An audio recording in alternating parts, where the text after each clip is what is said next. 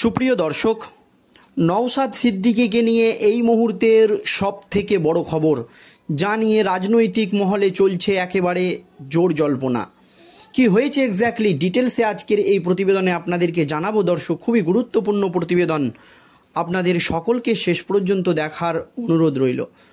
দর্শক, আপনারা সকলেই জানেন লোকসভা নির্বাচন চলাকালীন নওশাদ সিদ্দিকীর রাজনৈতিক ভবিষ্যৎ বা কেরিয়ার নিয়ে প্রশ্ন তুলে দিয়েছিল বিজেপি।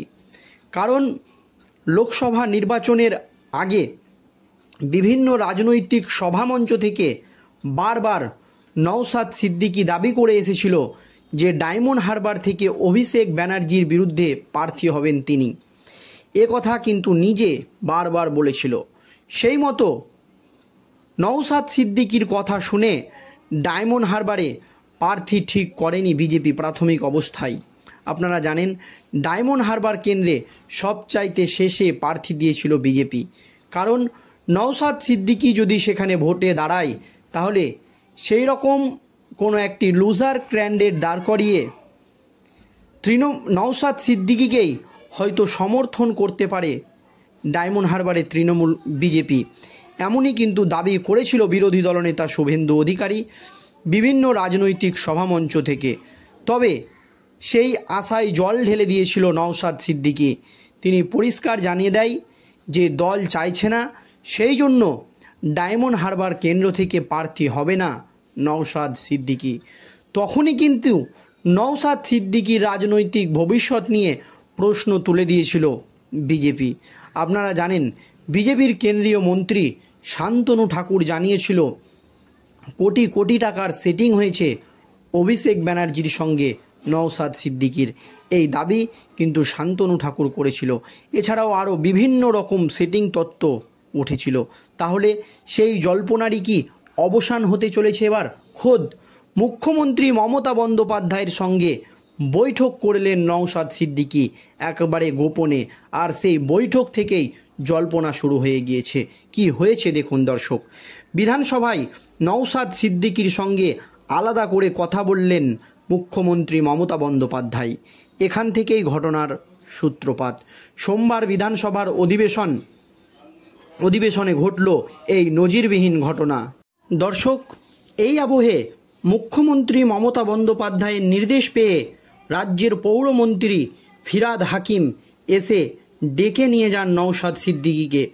ফিরহাদ হাকিমকে পাঠানো হয় নওশাদ সিদ্দিকীকে ডাকার জন্য। খোদ মুখ্যমন্ত্রী মমতা বন্দ্যোপাধ্যায় নিজে নওশাদ সিদ্দিকীকে ডেকে পাঠায়। তারপরই আলাদা করে হাউসের বাইরে নওশাদের সঙ্গে বৈঠক করেন মুখ্যমন্ত্রী মমতা বন্দ্যোপাধ্যায়। সকলের সামনে নয়, আলাদা করে হাউসের বাইরে মুখ্যমন্ত্রীর সঙ্গে কথা বলেন নওশাদ সিদ্দিকী। আর সেখান থেকেই এই যে জল্পনা, সেটা কিন্তু ঘনীভূত হয়। আর এই সাক্ষাৎ ঘিরে জল্পনা ছড়ালেও নওশাদ পরে বলেন ফুরফুরা শরীফের একটি কাজ নিয়ে কথা ছিল। তবে রাজনৈতিক বিশ্লেষকরা এর নেপথ্যে কি অন্য কিছু দেখছে। নওশাদ সিদ্দিকী কিন্তু এই যে জল্পনা, সেটা কিন্তু উড়িয়ে দিয়েছেন। তবে ফুরফুরা শরীফ নিয়ে যদি কোনো কথা থাকতো, তাহলে সেটা আলাদা করে বলার কি ছিল, বা হাউসের বাইরে গিয়ে বলার কি ছিল, সেটা তো ফিরহাদ হাকিমের সামনে বা সকলের সামনেই বলা যেত।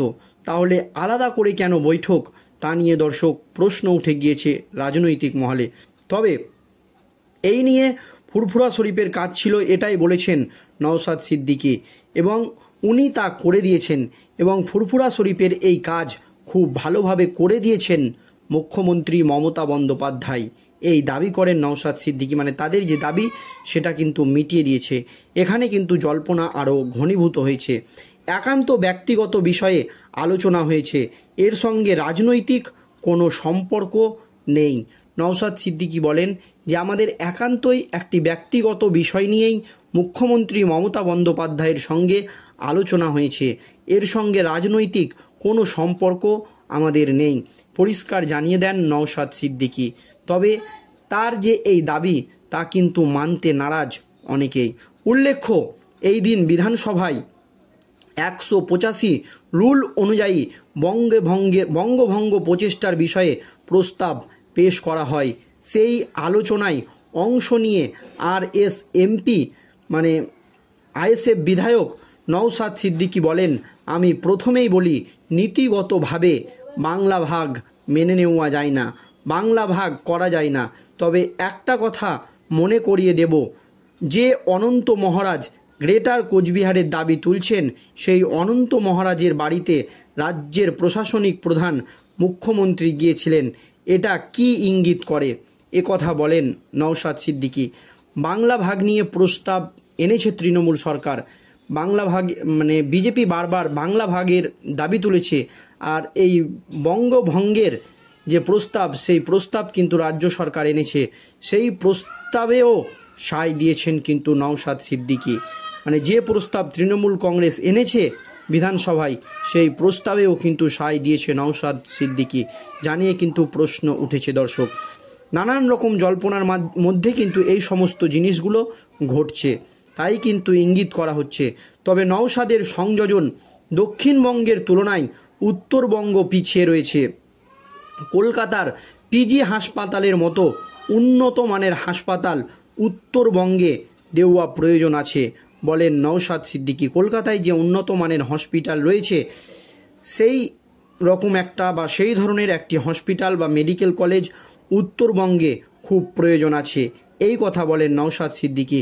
চিকিৎসা পরিষেবার মান কলকাতার থেকে অনেক পিছিয়ে আছে। চিকিৎসা পরিষেবার মানও কিন্তু কলকাতার থেকে অনেক পিছিয়ে উত্তরবঙ্গে। দুঃখের বিষয়, 17 বার চা বাগানের মালিক, শ্রমিক ও সরকারের পক্ষে মিটিং করলেও এখনও চা শ্রমিকদের ন্যূনতম মজুরি ঠিক করা সম্ভব হলো না। পরিশেষে বলি, আমি বঙ্গভঙ্গের বিরুদ্ধে, বঙ্গভঙ্গের যে দাবি তুলছে বিজেপি সরকার তার বিরুদ্ধে, এবং রাজ্য সরকার যে বিল এনেছে বঙ্গভঙ্গের বিরুদ্ধে, সেই প্রস্তাবে কিন্তু সমর্থন করেছে নওশাদ সিদ্দিকী। এবং খোদ মুখ্যমন্ত্রী মমতা বন্দ্যোপাধ্যায়ের সঙ্গে তিনি আলাদা করে বৈঠকও করেছেন। এই নিয়ে রাজনৈতিক চাপান্তর শুরু হয়েছে। তাহলে কি এই যে মুখ্যমন্ত্রী মমতা বন্দ্যোপাধ্যায়ের সঙ্গে বৈঠক এবং যে বিল এনেছে তৃণমূল কংগ্রেস তাকে সমর্থন এবং আলাদা করে বৈঠক, আর বিজেপি কিন্তু আগে থেকেই দাবি করে আসছে যে নওশাদ সিদ্দিকী হয়তো তৃণমূলে যোগ দিবে বা ভিতর তৃণমূলের সঙ্গে আঁতাত রয়েছে। দর্শক, এই বিভিন্ন দিক পর্যালোচনা করে আপনাদের কি মতামত? সত্যিই কি নওশাদ সিদ্দিকী তৃণমূলে যোগ দেবেন নাকি আইএসএফেই থাকবেন? এই ঘটনার প্রেক্ষিতে আপনাদের কি মনে হচ্ছে অবশ্যই কমেন্ট বক্সে কমেন্ট করে জানাবেন। শেষ পর্যন্ত এই ভিডিও দেখার জন্য আপনাদের সকলকে অসংখ্য ধন্যবাদ।